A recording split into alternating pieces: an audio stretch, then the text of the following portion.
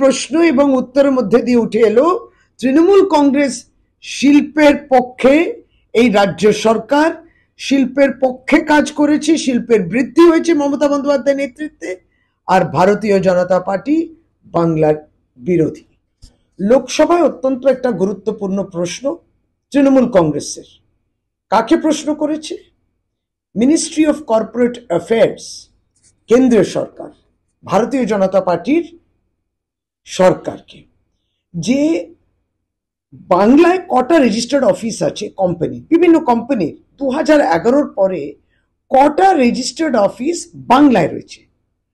তাতে উত্তর এলো যে 2011 থেকে 2025 যদি ধরেন, তাহলে এই কোম্পানিদের রেজিস্টার্ড অফিস, তার মানে কোম্পানি আছে তাই জন্য তার অফিসটা আছে এখানে, সেই সংখ্যা 2011-তে ছিল 1,37,156টি, 2025-এ সেটা হয়েছে 2,50,343টি, অর্থাৎ দ্বিগুণ হয়েছে।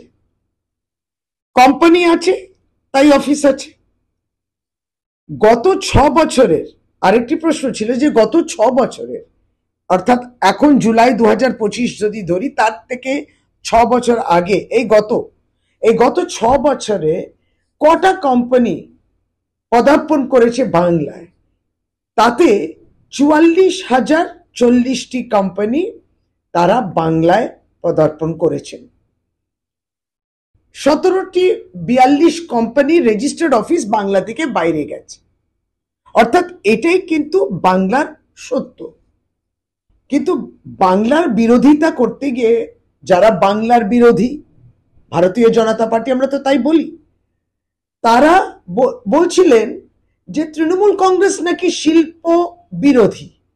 তাহলে তৃণমূল কংগ্রেস কি শিল্প বিরোধী? তৃণমূল কংগ্রেসের মাননীয় মুখ্যমন্ত্রী, এই রাজ্য সরকারের মাননীয় মুখ্যমন্ত্রী, তার মেয়াদকালে 2011 পরে আপনারা তথ্য দেখলেন, লোকসভাতে কেন্দ্রীয় সরকারের দপ্তর এবং মন্ত্রী জবাব দিচ্ছেন যে এখানে শিল্পের বৃদ্ধি হয়েছে, ঘাটতি নয়। সুতরাং ঘাটতি রয়েছে বিজেপির চিন্তনে। তারা অর্ধসত্য বলেন, তারা কুৎসা করেন, তারা অপপ্রচার করেন এবং মিথ্যে রটনা করে বাংলাকে বদনাম করেন। এটাই উঠে এলো এই প্রশ্ন এবং উত্তরের মধ্যে দিয়ে উঠে এলো তৃণমূল কংগ্রেস শিল্পের পক্ষে, এই রাজ্য সরকার শিল্পের পক্ষে কাজ করেছে, শিল্পের বৃদ্ধি হয়েছে মমতা বন্দ্যোপাধ্যায়ের নেতৃত্বে, আর ভারতীয় জনতা পার্টি বাংলার বিরোধী।